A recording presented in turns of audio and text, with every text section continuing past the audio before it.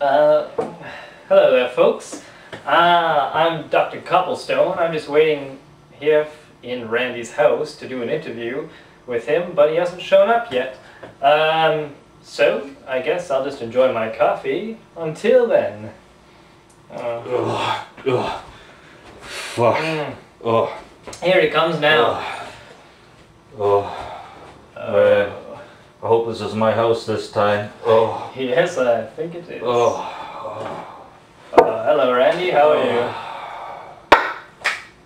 What the fuck you doing in my house? It's me, Doctor Cobblestone. You invited me. How wasted was I when I made that call? I don't know. You always sound the same to me.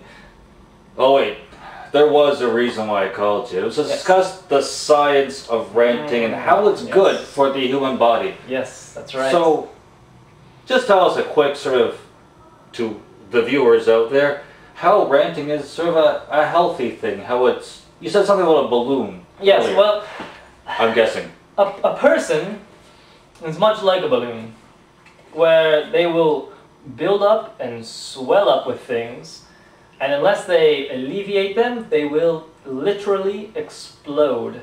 Now, being a scientist, I've done tests on this with my lab partners, and we've seen humans explode from not ranting. Now, to make this a little simpler for people to understand, I'll give an example of a balloon. Now, imagine the balloon is the person, like we said. Yes. And it's filled with urine. Urine? Yes, urine.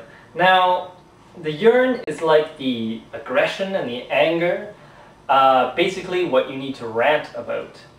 And also inside this balloon are little ants, a little ant colony. Now, these ants are drowning within the urine, and they represent your better judgment and your mind and clarity. So, in this balloon, you have to put a hose in the end, let the urine come out so the ants can breathe and be fine and do their antly duties.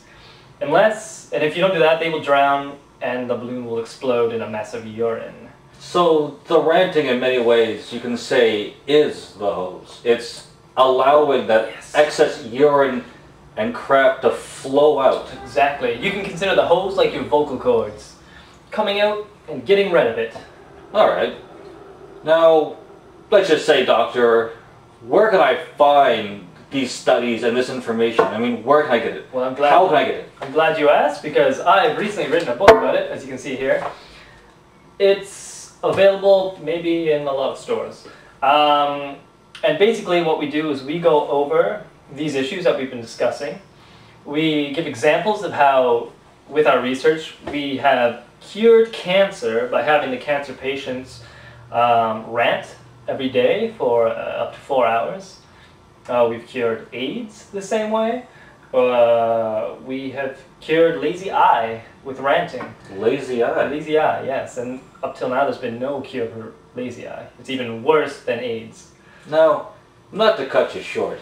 Now, this book isn't filled with a lot of, scientific mumbo-jumbo. I mean, I myself, Randy, being a very basic person, can sit there and read this book and understand how it's important to rant without being bogged down by a lot of big words. As you can see, we've included little cartoon drawings to make this easier for everyone. Pictures. I mean, pictures say 1,000 words. I think some famous person In said fact, that. the reason that we included these is because someone who read the test book ranted about there not being enough drawings. You need pictures. I mean, that's a big thing about novels. There are not a lot of pictures. I agree.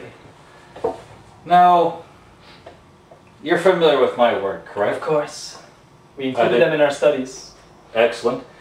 Now, take a rant and kind of just dissect it scientifically. To sort of make people sort of understand how that particular rant is sort of helping them, or that kind of ranting was helpful. Well, let me see. For example, I'll use the rant of the Transformers movie. Now, obviously, as a child, you had a great fondness for the Transformers, the original cartoon, and the toys. I still fucking do. Exactly. And you grew older, always wishing, perhaps, to see a real-life Transformers movie, live action, as every child does for their favorite toys. And by the time they do make it, it hardly resembles what you originally loved. They raped my fucking childhood. Exactly. So, this builds up in you, but you can't talk to Michael Bay, you can't talk to the companies who made it, or the directors, or the writers, or the actors. Well, Michael Bay is lucky he doesn't see me, because I'll fucking rip him to pieces for what he did. The chances are he won't see you, though, and that's the problem. Yes. He's too far removed from the common man. So this builds up in you, and how do you get it out? You rant, like you did with the video. The ranting gets it off your chest in a way that couldn't be done otherwise, else you'd be conceived as a crazy man on the streets. Probably arrested. And it makes those ads with the balloon idea, makes it all flow through. Yes, indeed. So it's basically just a matter of something that's built up in you long enough and now has to be cleaned out. Like pooping. Yes. Or puking, which... Puking, yes. I'm very much about to do. Oh, no. So, though I find this whole thing fascinating, I gotta take off. If you have some last words for those people out there, by all means do it, but I gotta take my booze and go. Alright, Randy, it's been good. I'll catch you later, Doctor, and eventually, at more times, I'd like to have further talks with you, but I must be on my way. It's been a pleasure. Hopefully you're better, and it's like a puke rant. Please invest in my book, as you can see the title here, and, well, perhaps I'll see you again. And check out my interview with Randy on my link on YouTube. Thank you.